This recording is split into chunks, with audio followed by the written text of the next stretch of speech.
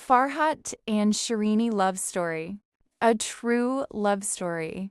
The meeting of fate. Some loves are whispered across mountains carved into stone and remembered long after hearts have stopped beating. This is the story of Farhad and Shirin, a love so pure that not even death could undo it. In the ancient land of Armenia, nestled among sunlit valleys and rolling hills, there lived a princess named Shirin. She was renowned not only for her beauty, which rivaled the dawn's first light, but for a mind sharp and inquisitive, and a heart overflowing with compassion. Within the palace walls, where fountains sang and gardens bloomed with roses and jasmine, Sharon moved with a grace that drew attention without seeking it.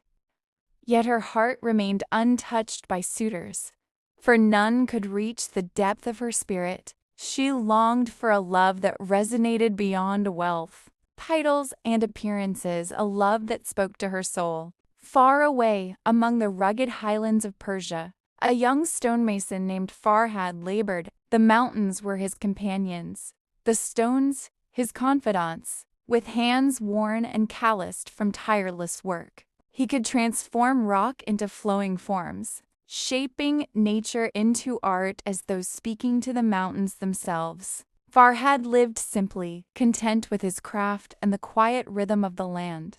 He often whispered to the stones around him, "One day, a heart worthy of this devotion will appear, and I will labor for it beyond measure." It was on a day bathed in golden sunlight, the sky streaked with amber and rose, that destiny moved its hand.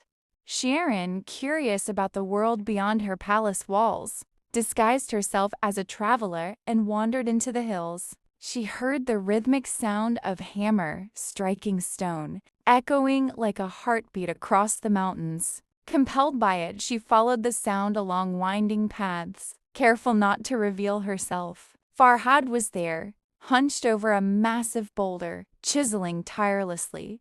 Sunlight caught the dust rising from his work, forming a halo around him. When his eyes met Shirin's, it was as if the world held its breath.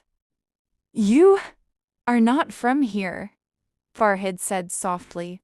"I am, only curious," Shirin replied, her voice trembling with awe. "Your work.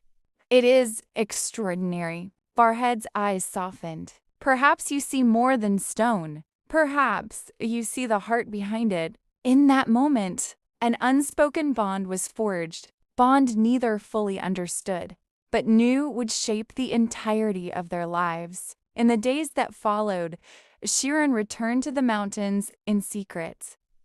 She observed Farhad at work, drawn to his dedication and the quiet strength in his hands. Sometimes she left him food or water, other times notes of encouragement hidden along the path only he would discover. They spoke in quiet moments about stars, rivers, the beauty of the earth, and the poetry of life itself. Every word drew their hearts closer. Though neither dared voice the full depth of their feelings, Farhad admired Shirin not for her royal title, but for her wisdom and courage. She, in turn, felt her heart tethered to this humble sculptor, moved by the devotion that flowed from every strike of his chisel.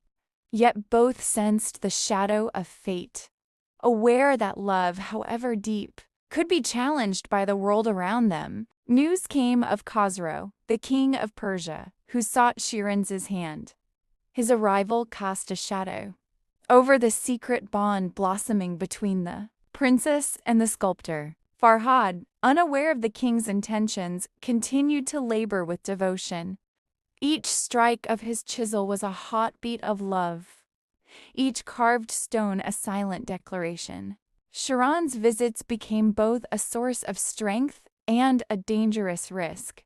Khosrow's jealousy grew with every report of Farhad's skill and every whisper of Shirin's admiration. "How dare a mere craftsman aspire to claim my prize?" he muttered in the palace of marble and gold, plotting ways to sever their bond. Days turned into weeks, and weeks into months. Farhad's hands never ceased their work.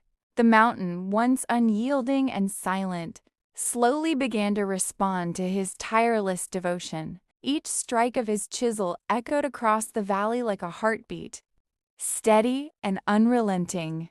He labored from dawn until dusk, his body weary but his spirit fueled by thoughts of Shirin. Every stone he carved, every inch of rock he shaped, was a testament to the love that burned quietly in his chest, or a love he had yet to confess, yet felt bound to with every fiber of his being. Shirin, too, felt the pull of their secret connection. Though she longed to be near him, she could not risk discovery by Khosrow's spies. She found subtle ways to sustain him in secret, leaving baskets of bread, fruits, and fresh water along hidden paths. Occasionally she would leave small notes tucked into the cracks of rocks or beneath overhanging ledges. Each note was a message of encouragement, a poem, or simply a few words to remind him that he was not alone in his labor. "Each stone you carve," one note read, "carries not only your strength but the weight of my heart." Farhad discovered these messages with a mixture of awe and reverence. He would press the notes to his chest, letting tears sting his eyes as he whispered, "I endure all for her, for us." Even the mountains seemed to acknowledge his devotion. The winds carried his whispered prayers to the valleys below, and the river mirrored the silver light of his yearning. Birds paused mid-flight as if in recognition, and the stones themselves seemed to bear witness to a love destined to transcend mortal life. Meanwhile, Khosrow's impatience and envy festered. Every report of Farhad's progress and each rumor of Shirin's secret visits deepened the king's jealousy. He could not comprehend how a man of humble origin might capture the heart of the princess he desired.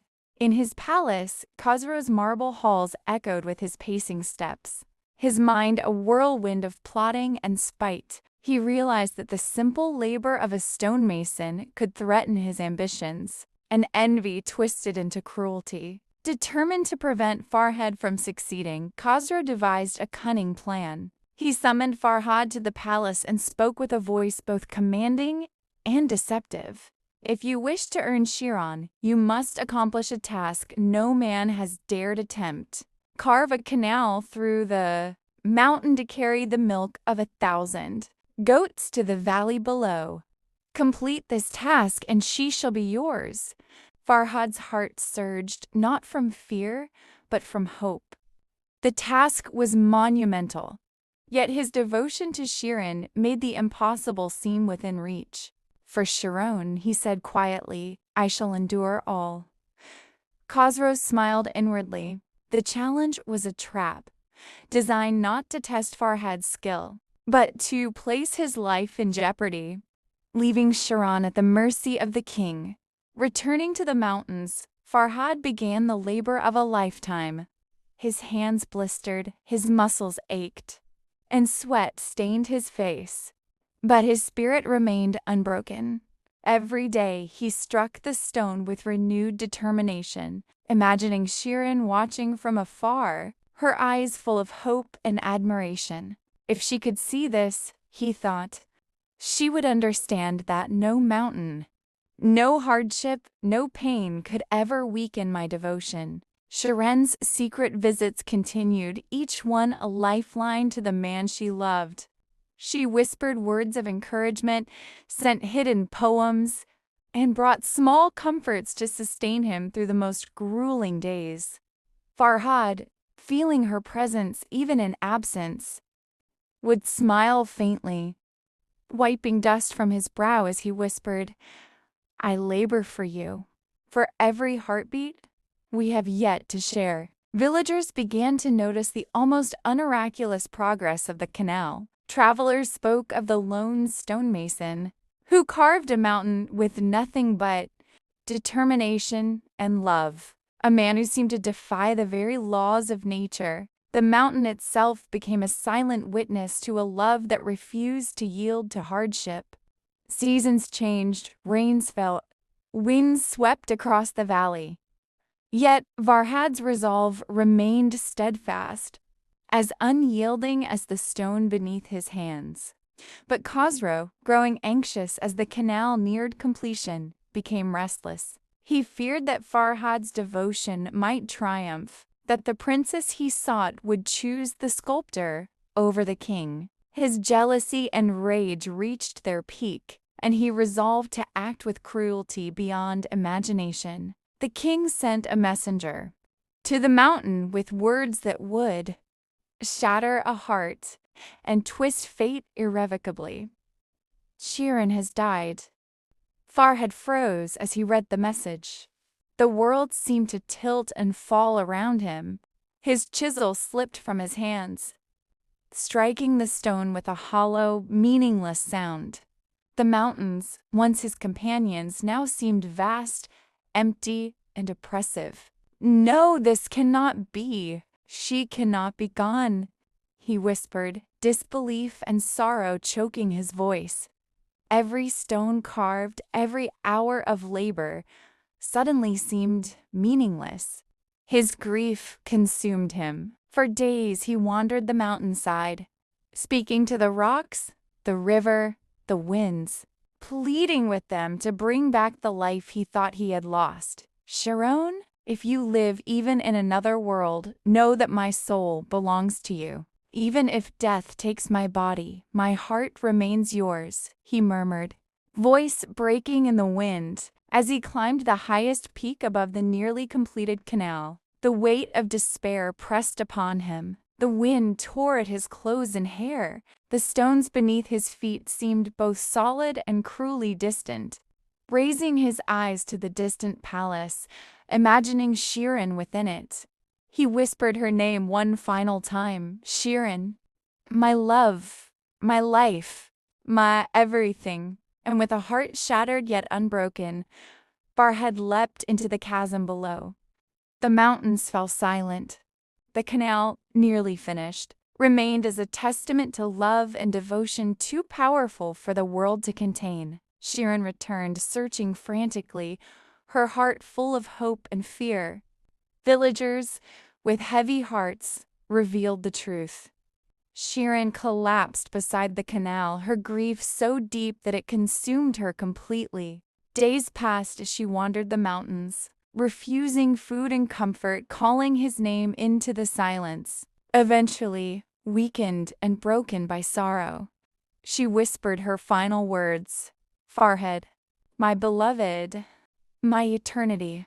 The canal flowed endlessly through the mountains, immortalizing a love that neither time nor death could erase. Bards and poets carried their story far and wide, immortalizing their devotion and reminding generations that true love transcends life, power, and even death. Farhad and Shirin were gone, yet their love echoed through the mountains, flowing in rivers and living in the hearts of all who dared to love with courage, sacrifice, and unwavering devotion. The mountains that remember. Silence settled over the mountains after Farhad's fall. A silence unlike any before. It was as if the earth itself paused to mourn the man who had carved his soul into its stone. The winds, usually lively across the cliff edges, softened their cries, moving slowly through the valley as though whispering his name. Even the river, flowing beside the carved canal, seemed to sway with sorrow, carrying his memory downstream. Farhad's tools lay scattered where his hands had last touched them. His chisel, the one he carried since youth, rested half buried in dust. The stones he had shaped still bore the marks of devotion, each groove telling a story of endurance, hope, and love.